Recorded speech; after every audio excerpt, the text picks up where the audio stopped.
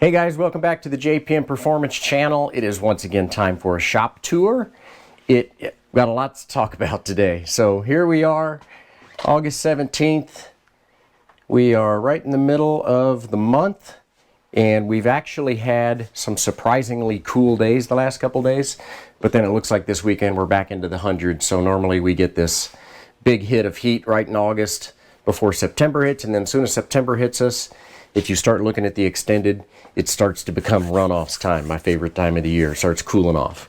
So I'm going to start this shop tour with my experiences over the last week running a ChampCar race. So Todd Burris invited me to run with him and Rob Hines, and Greg Ira and I went and ran Todd's Miata at the ChampCar race at the VIR 24-hour race. So I've done some endurance racing.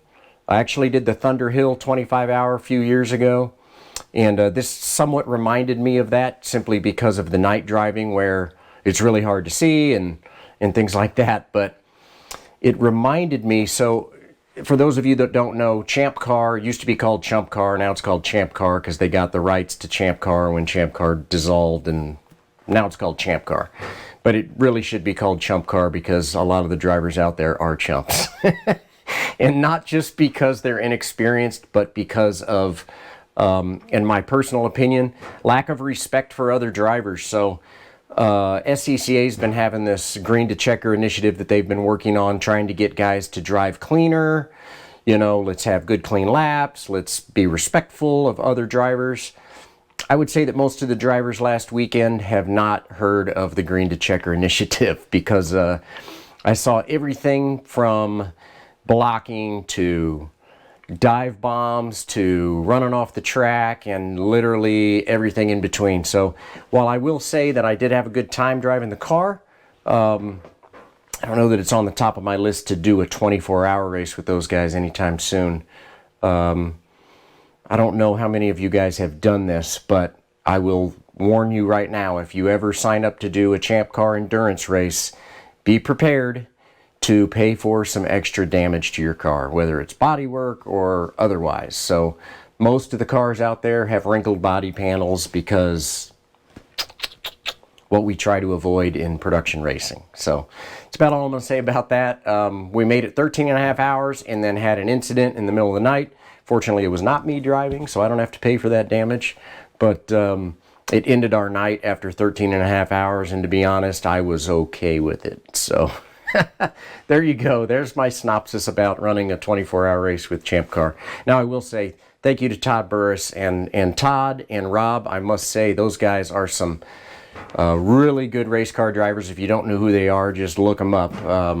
National champions, and all four of us were, but those guys really showed us what was up. I was a couple seconds off of what they were able or willing to run in those fields. So I felt pretty good about it. All we had to really do was kind of really keep our nose clean, and I think we would have won our class. But endurance racing, take it easy, make laps. Lap times really don't matter, and you'll make it through and have some fun. But anyway, that's what I did last weekend. So let's get into our shop tour. So right in the middle of finishing up Perry Simon's new F-Production Miata engine for the Runoffs. We've got a lot of new, awesome, updated components on this motor. This motor is a couple years old, which doesn't seem like much, but there's always development that we're doing. So got a lot of development in this engine. Really looking forward to getting this finished up and sent down to him. And then he'll be back in a few weeks, and we'll get this dynoed before the Runoffs. And in the meantime, I've got 5 more engines to get going. So that's really going to be my focus over the next few weeks, except for one little project that I did finish up the engine for. And for those of you that have been watching the shop tours, you saw this car. So it's been sitting in hibernation for a couple of, maybe 6 to 8 weeks now, but I did finish up the engine. So the engine's completely together. This motor is built for boost, so we're hoping to make some good power. It's just kind of sitting here hibernating for now. I need to get a couple of engines sent out to Runoffs customers, and then in between I'm going to get this motor put in the car, and then I'll do another engine, and then I'll get it running and get it dynoed hopefully in the next few weeks. So my focus right now really is on Runoffs engines, but this project is something that needs to get done as well. So also, if you guys were watching the shop tour last week, you saw Bob Shader's new MX5, which was Brian Laughlin's car. So before I show you this, I want to give a shout out to Wraps and John and what you can do with a wrap. You cannot do this in a week with paint unless you have your own body shop and your own paint booth, which nobody has. But look at the transformation of this car. So we came up with this silver, and I think it's going to look maybe a little more silver outside. It's got a bit of a bluish hue to it right now, which I think looks amazing. And actually, I came up with this idea of the stripes. Bob had mentioned something, put a stripe on it. So came up with this idea of the black and red stripes, which I think looks really good. Running the same kind of number plates that we ran on the 370. And the car is 100% wrapped and ready to go. And so John did this in just a matter of days and completely transformed this car. This is why wrap has become so popular, because you can completely change your livery, completely change the car in just a matter of days. So I think the car looks amazing. Bob should be here later this afternoon to pick it up, and I believe he's going to try and make it to High Plains for their majors this weekend. I don't know if he's going to get out with the car again. I think they might have something in the fall that he's going to try to get to, but he did not get qualified in T4. This is his first race in this car, so knock on wood, hopefully he has a good weekend. I think the car looks beautiful. So one thing that I was able to do in the ChampCar race was experience the use of the Flagtronics system. What is Flagtronics? It is this little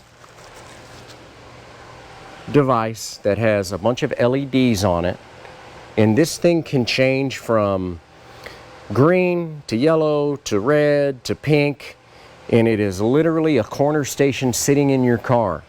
So you mount this up on your dash, maybe next to your dashboard depending on what you've got, and the corner workers can literally hit a button for a local yellow, and it'll say LY and flash yellow. So you've got a local yellow, and as soon as you get past the incident, it goes directly back green.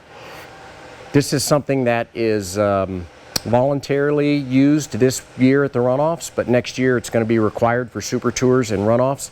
And I must admit, I think it is a really good step forward in being able to see the flags. So if you've ever been in a race car, especially if you're a beginner, you know that the flag stands tend to be way off the track, and if you're not looking for them, if you're in the middle of a heated battle, it can be hard to see a flag station, and that's where we come up with people getting passed under yellow and things like that. So what they were able to do is this would come up local yellow and then go back green, and then it would have, for a full course caution, it would have 2 yellows, and it would say DY, double yellow, and it would flash.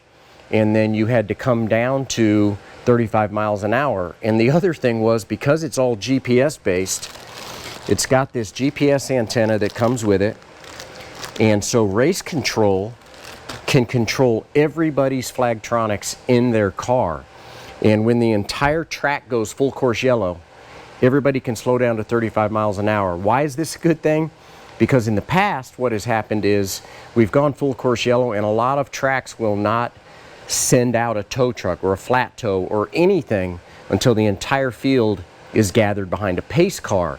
Well, if everybody will go down to 35 miles an hour, in literally the matter of 10 to 15 seconds, they can immediately dispatch the safety cars, and that is going to save us literally laps at all of our races. So I was actually really pleased with how this worked. These things are like $250. They come with a really nice manual, tells you all about it. And if I was you guys, if you're planning on running SCCA, my guess is that nearly every race series is going to start requiring this. So look into it. In my opinion, it's a really good thing. So that was something really good that came out of the weekend. So that's that. About the only other thing I've got going on as far as BMW goes this week is we've got some tires in. So some of you might be thinking, why do you have your Runoffs tires in so soon?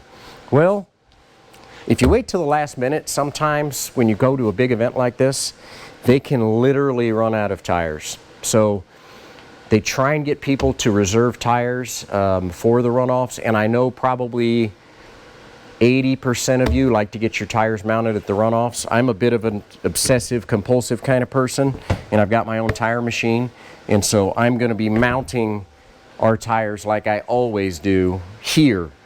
And the reason that I do that is because I'm so obsessive compulsive about making sure that my car is the way I want it. I want them mounted a certain way, I want them balanced a certain way, I want a certain air in them, knowing that I don't have water in my tires. And I'm not saying that they're going to give you problems at the Runoffs or any other track that you get tires mounted at. I just like to do it a certain way. This is kind of what this channel is all about, showing you guys how I do things. So the car's prepped. Just need to get it on the ground here in the next couple weeks, get it dynoed. But in the meantime, I'll get some tires mounted. And we're actually looking really good besides the cleanup. So like most years, if you've watched my videos, I'm always kind of ahead of schedule when it comes to Runoffs prep. So that's where we're looking here. So that's kind of our shop tour. Kind of a lot to talk about this week, but mainly over the next few weeks I'm just going to be plugging away with these engines, and you guys will get to see some of that interesting stuff that's going on as well. So they did have a big H Production Invitational at Mid-Ohio last weekend. Looked like they had like, I don't know, 25 or 30 H Production cars. So kudos to Jason Stein for getting that all organized. I absolutely didn't take the Mazda 2 because I was at the ChampCar race. And you know who I ran into there? Was Steve Sargis and his boys. So they were running the ChampCar race as well, because they have actually built a car for this. So kudos to them for being there. But I did get to chit-chat with them at the races. So, but I know they had a great weekend, except for it seems like Mid-Ohio has had nothing but rain at their races this year. But from the in-car video that I saw from Jason LaManna, looks like they had a good race, and Chris Shaftsmo won both days, who I had good races with at the sprint, so congratulations to him as well. But that's where we're at for this week, guys. Hang tight to next week. We're going to have more to talk about, more to do, and I appreciate you guys watching as always. Hit me up with questions down below about the Flagtronics, the ChampCar stuff, whatever. I'm always looking forward to hearing from you guys. I appreciate you watching. Have a good rest of your week. Take care.